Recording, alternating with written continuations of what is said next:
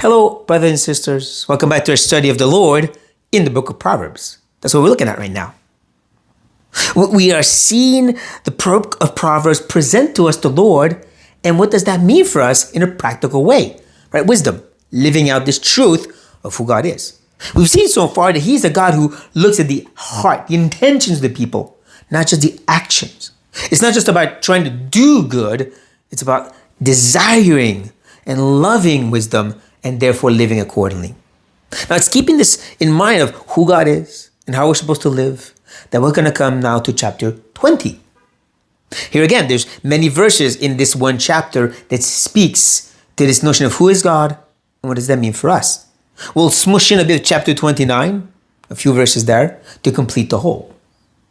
I won't look at it chronologically from the earliest verse to the latest verse of chapter 20, but actually I'll look at more in a thematic way, focusing on verses that kind of go together and kind of lead us in a certain direction. It doesn't mean it's the best way to do it, it's just the way I've chosen to kind of make sense, give an order to what we're trying to understand from this God and how we're supposed to live in a wise way. We start with the truth we've already seen before. And it basically says, unequal weights and unequal measures are both alike an abomination to the Lord. Unequal weights are an abomination to the Lord, and false scales are not good. See the repetition, right? This unequal weight, this effort to cheat people by changing the weights, making seem things are lighter or heavier than they are to sell them at a different price. This God hates, right? An abomination. It's not good. It's, again, reminds us that God is a God of truth, honesty, and righteousness. Don't do things contrary to Him. But again, I say it's not just about the actions you fulfill. He'll go on to say, the hearing ear and the seeing eye, the Lord has made them both.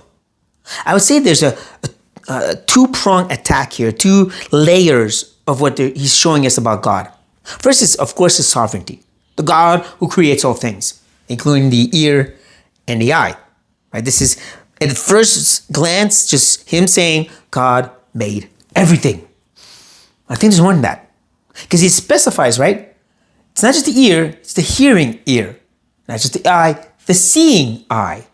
And the Lord who sees and hears your deep thoughts and desires, knows the intentions and inclinations. He doesn't just see the evil things you might have done, but that you wanted to do them. I think that's what He's hinting at. He's God's omniscience, God knowing the deep truth of our hearts.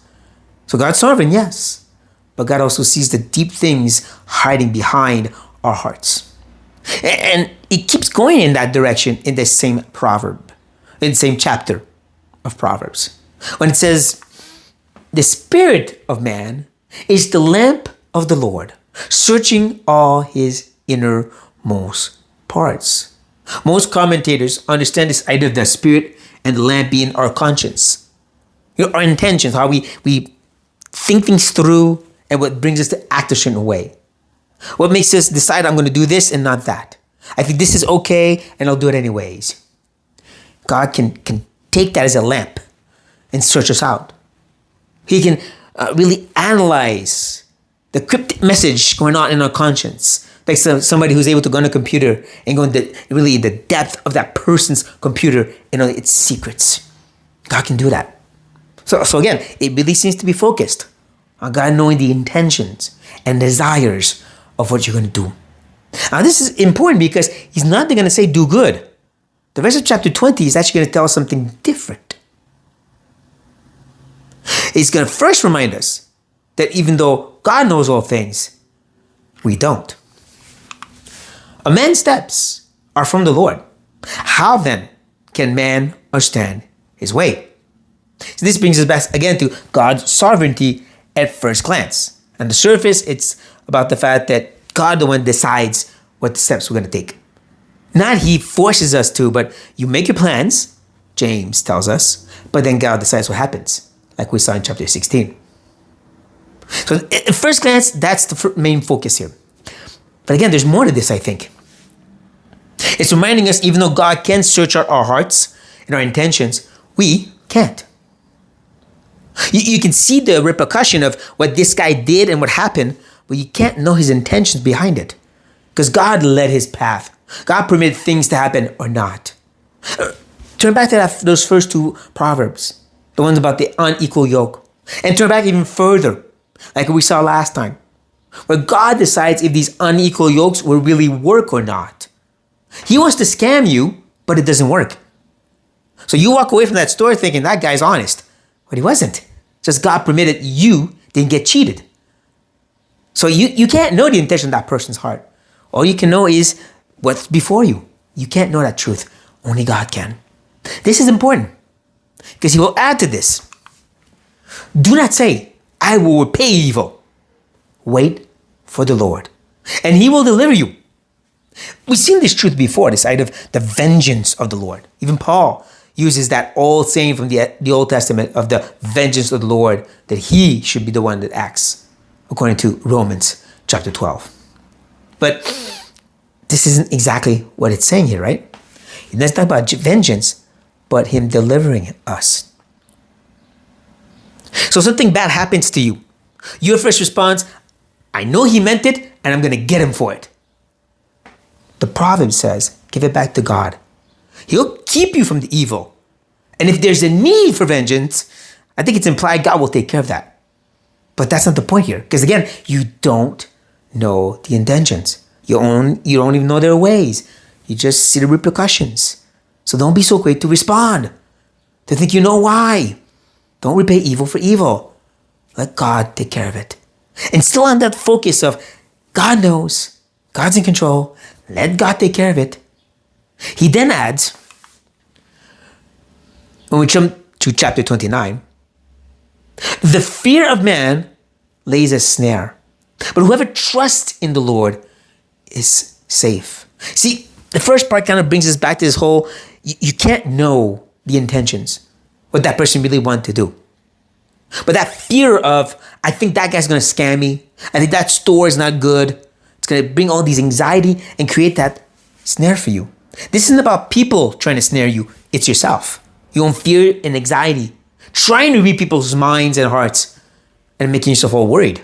Instead, trust the Lord. You see the Lord that knows the intentions, sees the evil if it's coming. He'll keep you safe. He'll deliver you from evil once again. The same thing is being said, that very next verse.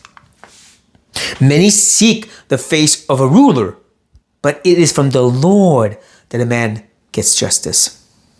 Again, our response, repay evil. And if I can't do myself, I'll go get people who can. The government, the police, something. So that's our tendency, right? I must have justice.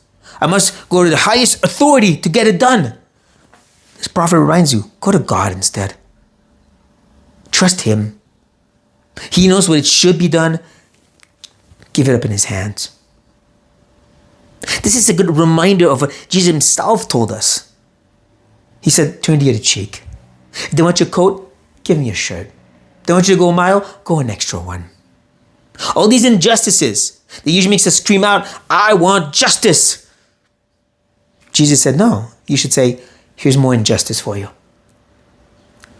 Trust the Lord, though. Give it back to him. Let him take care of it. It's a good reminder of trusting in God. And all this will end on a really nice note. Still in chapter 29. A very simple and interesting proverb that says, the poor man and the oppressor meet together. The Lord gives light to the eyes of both. Take note, he doesn't say the poor and the rich man. He says the oppressor. You understand the idea, right? This guy's poor because this guy took advantage of him. He's the oppressor that took him and made him poor. And here's this reminder that God is the sovereign one who gives light to the eyes. He made it so the oppressor could succeed.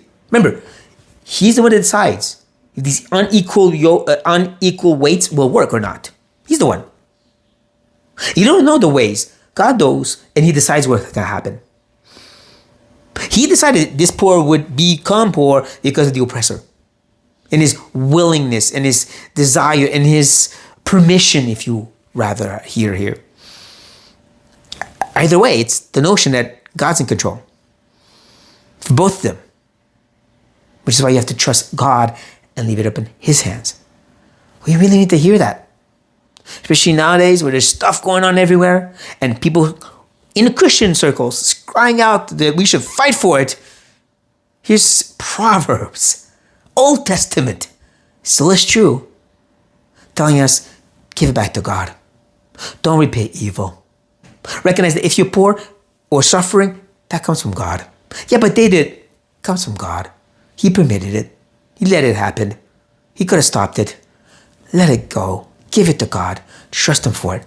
Man, do we need to hear that, brothers and sisters, and I hope you are. On that note, be blessed.